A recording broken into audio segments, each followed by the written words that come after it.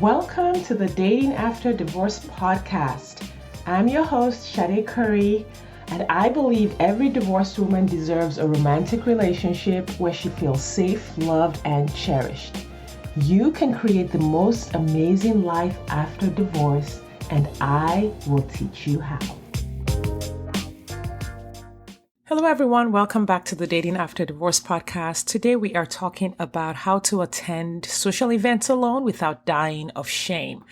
And this topic came up as I have coached several of my clients around attending social events. So I do have quite a few clients who are introverts, and we're working through social anxiety. We're working through being at social events for a really long time. But over the years, I've noticed that there is actually a subtle feeling of shame that comes up even with my extroverted clients. And in coaching on this, I've realized that there's a stigma that people experience, a sense of being less than because they are attending an event that people would typically attend with a significant other.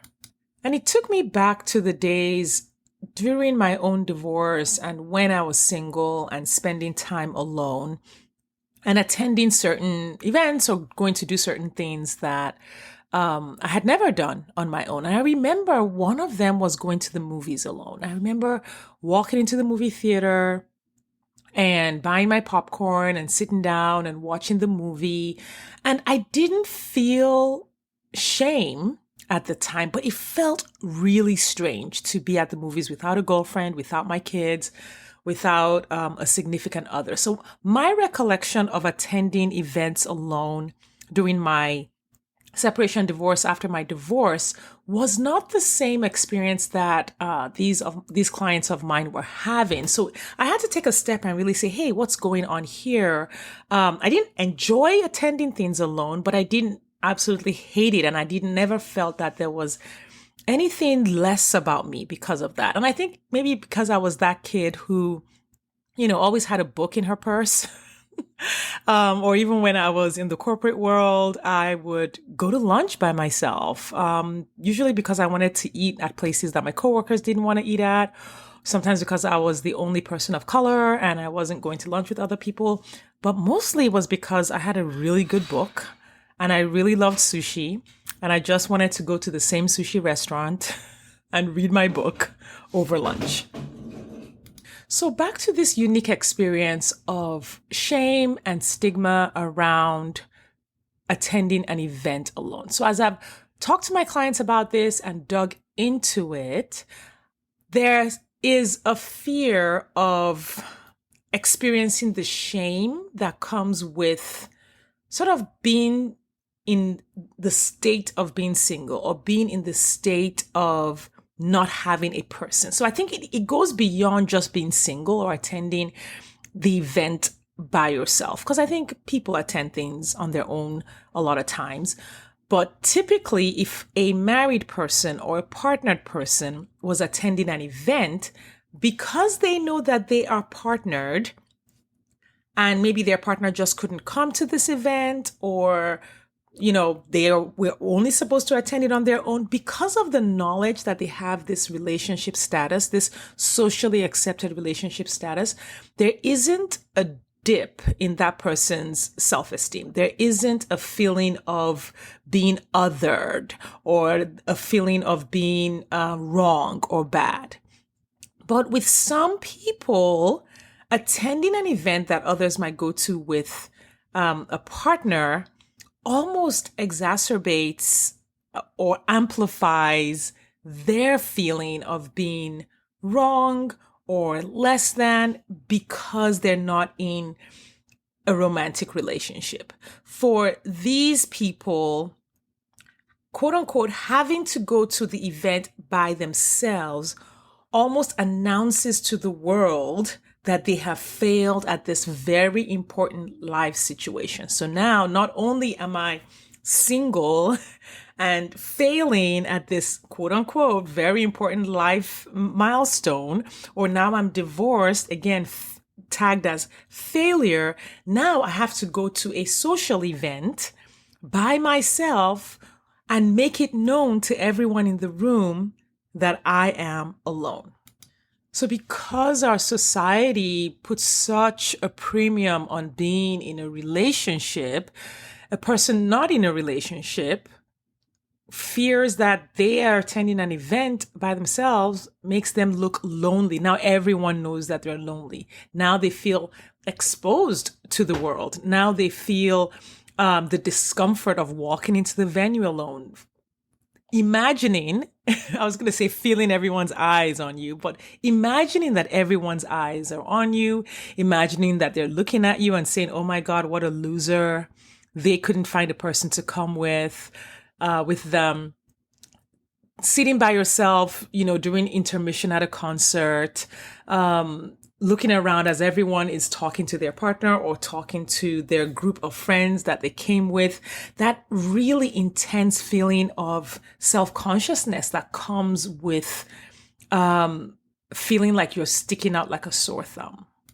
And this is what the women that I was working with really described to me as their experience of going to events alone. And I can totally understand that, because if you are single or you are divorced and that already feels painful, going into a situation where it seems like that's being amplified can really cause anxiety at the thought of being embarrassed, at the thought of being humiliated, at the thought of people judging you for being there or pitying you for being there by yourself. And the end result is that at a time where you're dating and you really want to go to more social events and you want to meet more people and you want to make the most of the time that you are, so to speak, on your own, you want to have more experiences, this feeling of being out of place because you're single can cause you to shrink back from going to events or from having the experiences that you want to have. We're already, in a sense, alone, not necessarily lonely, and wanting to create more social connection, wanting to create more community. But then the thought of being the person who needs to create community, the person who needs to go out and meet people, can trigger the feeling of shame because of the social stigma that's been placed on being alone. Everyone knows that if you don't put yourself out there, if you are spending every Friday night with Netflix and takeout, you're not going to grow your community. You're not going to grow your friendships. You're not going to become a part of more experiences. However, it can be really hard to skip over the part where you need to get through all of these thoughts and the anticipation of being shamed, humiliated, embarrassed, getting through the sort of the imagined pain of being that person. And sometimes the pain isn't imagined. People can be oblivious. People can be unthinking in the questions that they ask. You might go to a social event and then someone asks you, are you here alone? Confirming all of your worst fears, that all they care about is whether or not you're there with someone. And now not only are you there on your own, you have to admit it to a room full of people that you don't have a partner. So what do we do about this? Because the answer is not in staying home when you want to go out, or staying home when being out and having more experiences could expand you and could be enjoyable and could be a part of your growth and the goals that you want to achieve. The answer is never avoiding the challenge. The answer is in coaching. The answer is in examining the thoughts and feelings internally, so your own thoughts and feelings and the experience that you're having, and challenging it, shifting it, changing it into an experience that serves you, but not just challenging your internal experience, because it didn't start there. The meaning that we've made out of what it means to go to a social event alone, or to be alone, or to attend couples events alone the meaning that we've made out of that was not something that most of us decided on. The meaning that we've made of that came from our societal narratives, came from, our conditioning as children, as young people. It came from conditioning from our family of origin, conditioning from the media, religious conditioning, societal conditioning, sexist conditioning. It came from the outside, but over time, you've absorbed whatever conditioning you received. And now once you've absorbed that conditioning, so if, you grew up in an environment where being alone was just terrible, you had family members who, like me, were warning all the girls to make sure they got a husband as soon as they could, and emphasize activities that prepared you to have a husband, then being an adult and being without a husband can feel really shameful. Not because that situation in and of itself is shameful, but because we've internalized the belief that it is shameful. We've internalized the belief that this is really, really important. This is the end all be all. It is a terrible thing if this isn't happening. You might have been at, parties or weddings or family gatherings where people are whispering about the person in the family who still hasn't found someone, and they're whispering in hushed tones that send the message to you as a young person that this is something shameful and you never want to be in that situation. And so when you talk about decades of absorbing this message and absorbing it from the media, and then finding yourself in that situation, the feeling of shame and the feeling of anxiety and the feeling of the desire to avoid that situation, at that point, you're not the one doing that. This is just your automatic brain is just going to kick in. It's just going to kick in automatically that I don't want to go to this alone. You might not even know why you didn't want to go alone. Your brain might do all of the processing to say, oh, these are all the reasons why we can't go to that wedding. We don't have a +1 and it's going to be horrible and I'm too busy and I have to work anyway and I might be traveling. Your brain could do all of that processing in like 10 seconds, come up with the answer, we're not going, give you a plausible reason like we don't have time before your conscious brain even thinks about it. And this is why we want to slow down whenever you are finding yourself procrastinating things that you believe you want to do, you're avoiding them, or you're not taking action on the goals that you have. It's important to slow down and say, hey, wait a second. I wonder if some of my internalized conditioning, my past conditioning, old limiting beliefs are kicking in before I even have a chance to think about them. And so this is one of those situations. I work with clients who will want to go out and will set all these goals, and then months will go by and they haven't taken action. And this is what I usually bring them back to, like, hey, I know you set these goals and I know you want to do this, but I truly believe that something else is happening. And they'll be like, no, I was traveling for work and this was happening. I'm like, here's the thing. Whenever we really want something and there are no obstacles to it, we usually find a way to do it. And if you're finding an ongoing set of obstacles coming up for something that you really want, it's entirely possible that your subconscious brain is sabotaging you, and we should really slow down and think about it.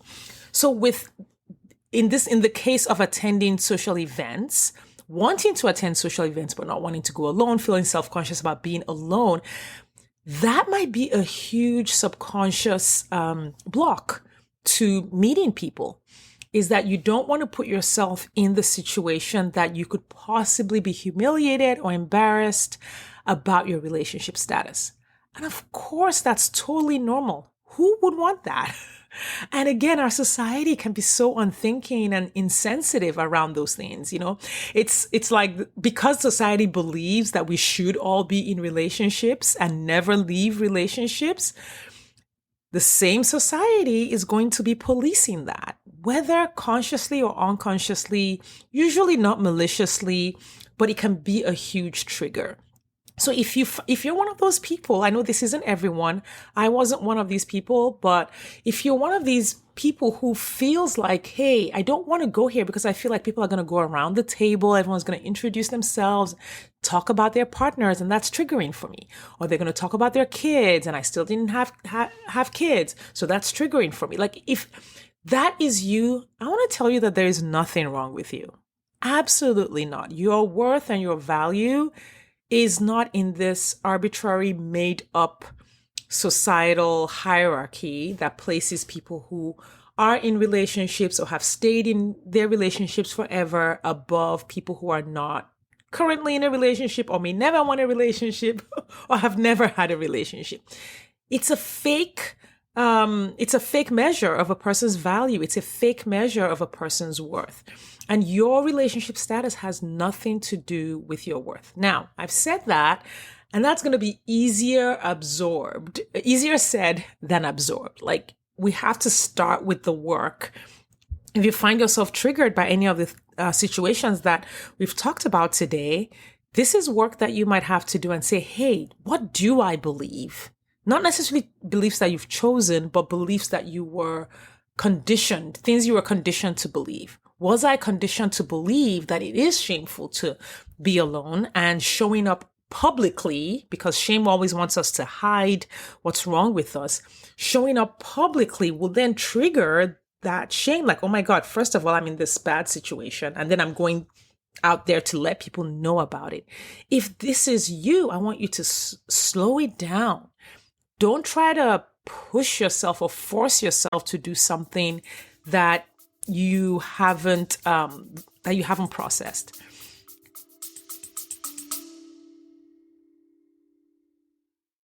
Do you wonder exactly how divorced women just like you are meeting eligible men who want a real relationship and a commitment?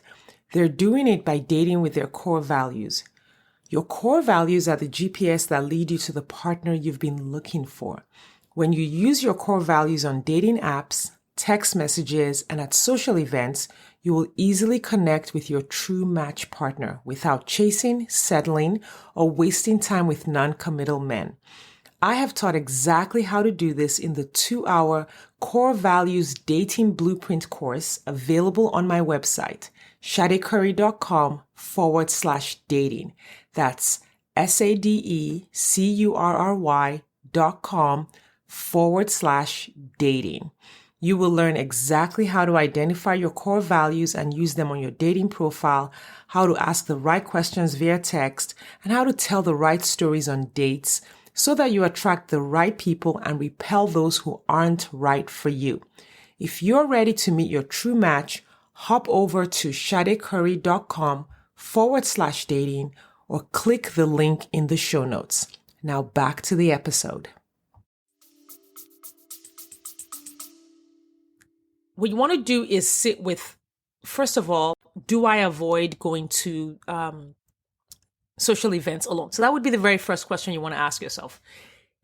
Do I avoid this, or do I just get up and go whenever I can? Or do I, here's another sneaky one, I know someone like this, do I try to find other people to go with me? So there are some people, because they don't want to go by themselves, they will move heaven and earth to get girlfriends to go with them. Nothing wrong with that. But then if they can't find a girlfriend to go with them, they won't go.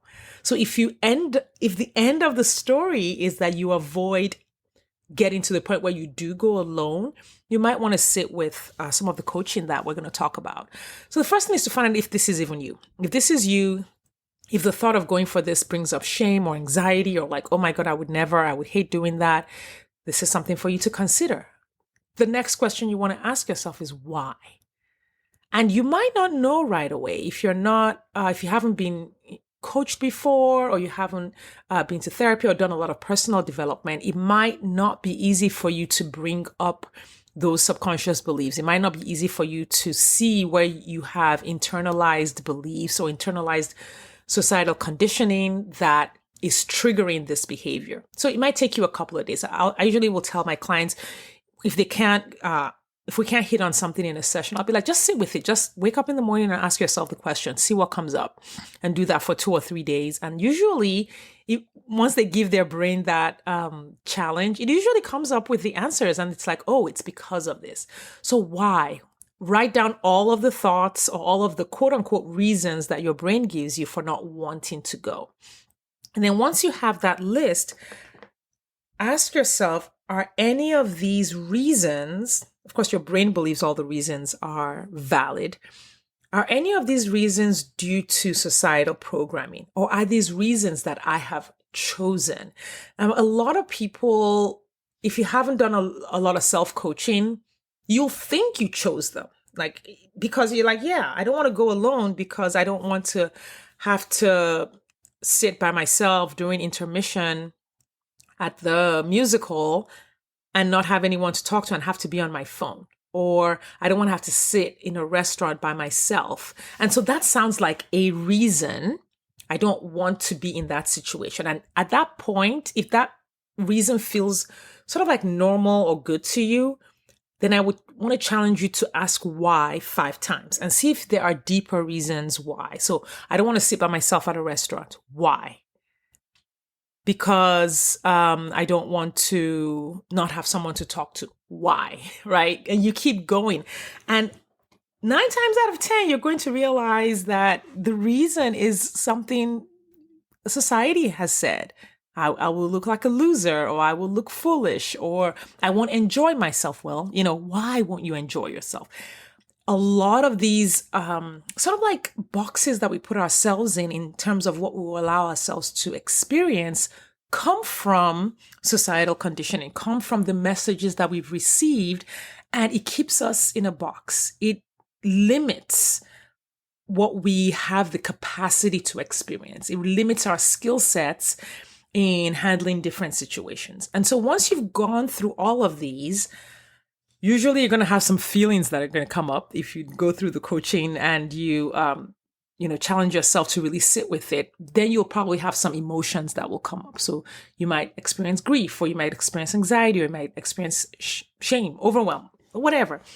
And you're going to want to process those emotions, because now, again, this is very nuanced and everyone is going to experience this at a different level, depending on your background and what your beliefs are. You're going to want to eat, but let's say you have some really sad, uncomfortable feelings that come up. You're going to want to process those. And by processing those, I mean, you're going to want to engage with those emotions, not pushing them away, not resisting them, but engage with the message that they've brought, allowing them to move through your nervous system, increasing your tolerance for letting the emotions sort of work their way through your body until they're ready to leave. And when you do that, it's almost like you create an openness to change, if you decide to, the belief or the thought or the reasons that created those uncomfortable emotions. You might decide you don't want to change those. You might decide, I'm never going to go to a social event, and these are my reasons. But you've given yourself the choice, because the original reasons and the original discomfort with the situation came from the outside, came from the external, your parents, your aunties, your friends, all the things. Now, because you've worked those emotions out and you've examined the beliefs, you now get to choose, so that your beliefs going forward will belong to you. And you give yourself the opportunity to choose beliefs that might be more effective for you, that might be more useful, that might help you grow, that might move you towards achieving your goals. Because not wanting to go to an event you otherwise might go to because you think someone's going to see you as a loser might just be what's standing in the way of you meeting the person that you want, meeting the partner that you want, someone who has the same interests as you, someone who enjoys the same things as you. And once you do that and you've shifted that, let's assume you decide to work through and start going to some more of these events, then you can almost like create, this is where you can create tools or you can create ways to handle the inevitable discomfort that might come up, like awkwardness. Like if there is an awkward moment where, you meet someone's eyes and they're looking at you funny, you now have the space to decide, how do I want to handle that? How do I want to handle being alone at intermission? How do I want to handle whatever uncomfortable moment comes up? Because just because you change and you shift doesn't mean the world around you is going to change or shift, right? People might still ask you questions that make you feel uncomfortable. And now you're in a better situation to address those, right? Because you've addressed the meaning for yourself. Just because I'm alone at this event doesn't mean I am a lonely person. Just because I'm alone at this event doesn't mean there's something wrong with me. Just because I'm alone at this event doesn't mean that I'm going to be alone forever. Because you've worked through the coaching and changed your own definition of what it means to be alone. You've changed the meaning that you put on it, because other people, society, not necessarily all the other people, but society puts a meaning on it. Oh, she's alone. She must be lonely. She must be a cat lady, all the things. But just because society puts that meaning on it doesn't mean you have to agree with that meaning. But you're going to want to grapple with that, absorb it, change your meaning, not just in your words, not the sort of the angry, dismissive, oh, no, I don't believe that. More of a peaceful, grounded, deep-rooted shift in your belief. And that will give you the confidence to go to events and enjoy yourself and have a great time, whether or not you're going with someone. I have a client who is a huge extrovert, and she goes to events 6 days out of 7 every week. And to her, there is no meaning to it. To her, there is no indicator that she's a loser, or any indicator that she's lonely, or any indicator that she is less than anyone else. She just doesn't have those thoughts. She just doesn't have the belief that the fact that she's there alone means something about her, that it says anything about her. And it doesn't. The only thing that's happening when she goes to an event alone is that she's at an event without bringing another human with her. That is the only meaning. That is the only meaning around that. It doesn't mean she's desperate or nothing. It just means I came to this event. There was no one in the car with me, and there is no one sitting with me. That is all. And you're going to want to shift into a similar place of groundedness and being able to retain your own personal worth and value, because you've removed all of the extra meaning that society may have put on what it means for you to attend an event alone. Okay, that is the episode today. I hope that was useful to you. Thank you so much for your time and attention, and I will see you next time. Thanks for listening today. If you are ready to get married after divorce, I want to invite you to download my free 8-video training specifically designed to help divorced women date with ease and get married again. Head over to sadecurry.com to get started. That's SADECURRY.com. I'll see you inside.